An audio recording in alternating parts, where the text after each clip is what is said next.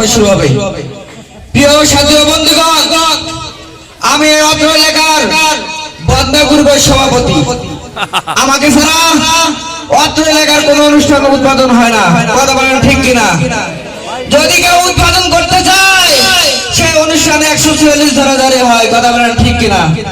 তো প্রিয় বন্ধুগণ, আজকের অনুষ্ঠান আমার বক্তব্যের মাধ্যমে শুরু হবে।